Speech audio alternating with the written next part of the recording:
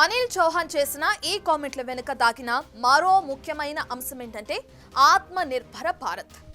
ఆత్మనిర్భర భారత్ ద్వారా మన రక్షణ రంగం ఎలా ప్రభావితమైంది, అందుకు మన దగ్గరున్న ఆధారాలేవి, మన ఆయుధ మార్కెట్ ఎలా విస్తరించింది, ఆ వివరాలు మరోమారు గుర్తు చేసుకుందాం.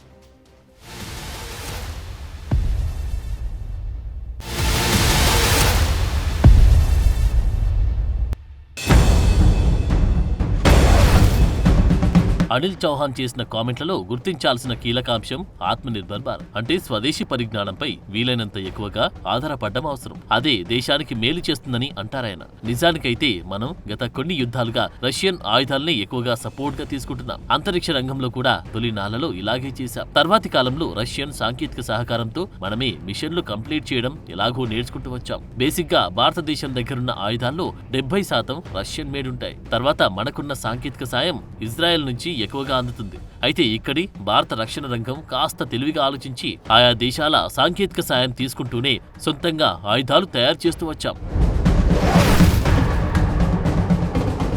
బ్రహ్మోస్ లో రష్యన్ సాంకేతిక పరిజ్ఞానం లేకపోలేదు, ఉంది. కానీ దాన్ని మన చేతులతో మనం తయారు చేయడం వల్ల వచ్చిన లాభం ఏంటంటే దాని గుట్టుమట్లు మనకు బాగా తెలిసిపోతాయి. అదే జీవితకాలం పాటు పరాయి దేశం నుంచి ఆయుధ దిగుమతి చేసుకోవడం వల్ల నష్టమేంటంటే విపరీతమైన ఖర్చు. దానికి తోడు వాటిపై మనకు పట్టుండకపోవడం మరో నష్టం. ఇదే అతిపెద్ద సమస్యాత్మకం. మొన్నటి యుద్ధంలో మనం వాడిన S-400, రాఫెల్ ఈ రెండు డీల్స్ కి సంబంధించిన వ్యయం అక్షరాల 1,00,000 కోట్ల మేర. అది మనమే తయారు చేసుకోవడంపై దృష్టి సారిస్తే ఈ ఖర్చును విపరీతంగా తగ్గించవచ్చు.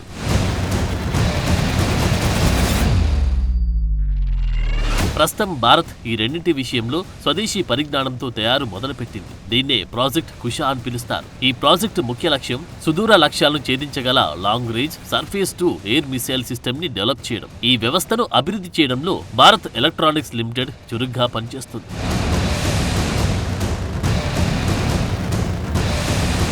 అంతేకాదు రాఫెల్, F-35 రకాలకు దీటుగా భారత్ 5th జనరేషన్ యుద్ధ విమానాలు తయారు చేసేందుకు ప్రణాళికలు సిద్ధం చేస్తుంది. వీటి తయారీలో కూడా రష్యన్ సపోర్ట్ తీసుకుంటుంది. ఈ 5th generation stealth fighter jet ను భారత్ లోని తయారు చేసేందుకు టెక్నాలజీ ట్రాన్స్ఫర్ చేయనుంది రష్యా.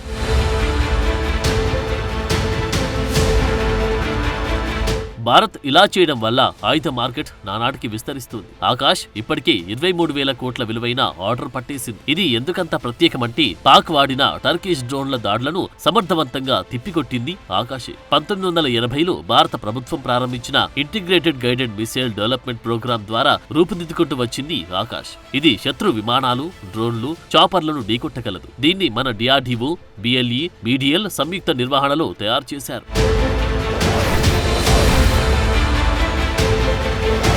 వీటితో పాటు Indian made anti drone 4D system కూడా పెద్ద ఎత్తున వర్కౌట్ అయింది. ఆత్మనిర్భర్ భారత్ కింద భారత్ తయారు చేసిన ఈ స్వదేశీ పరిజ్ఞానపు మచ్చుతొనక భారత్ అమ్ముల పొదులు అత్యంత ప్రధానాస్త్రం. పాక్ డ్రోన్లను పెద్ద ఎత్తున దెబ్బతీసిన ఆయుధాల్లో ఇది ఎంతో ఖచ్చితత్వంతో పనిచేసింది. ఇది DRDO తయారు చేసిన BDL వారి తయారీ.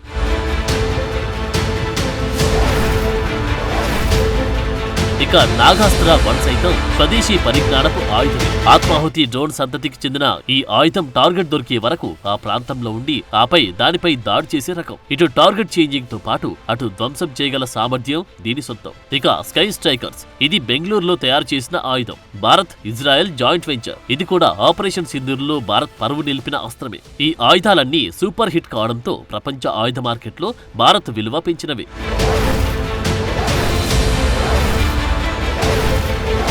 మన స్వదేశీ పరిజ్ఞానంతో తయారు చేసిన ఈ ఆయుధాలు కొనడానికి ఎగబడుతున్నాయి వివిధ దేశాలు. ఒకప్పుడు ఆయుధాలంటే అమెరికా, రష్యా, ఆపై ఫ్రెంచ్, చైనా. అదే ప్రస్తుతం చిన్న చితక దేశాలు. పెద్ద పెద్ద బడ్జెట్ కేటాయించలేని దేశాలకు భారత్ ఆశాజనకంగా కనిపిస్తుంది. దీంతో మనం ఇటు పాక్ వంటి దేశాల నుంచి మనల్ని మనం కాపాడుకుంటూనే ఆపై ఎన్నో దేశాల నుంచి ఆయుధ ఆర్డర్లను సైతం పొందుతున్నాం. ఇదే భారత chief defence of staff Anil Chauhan చెబుతున్న మాటలకు అర్థమంటారు ఆయుధ నిపుణులు.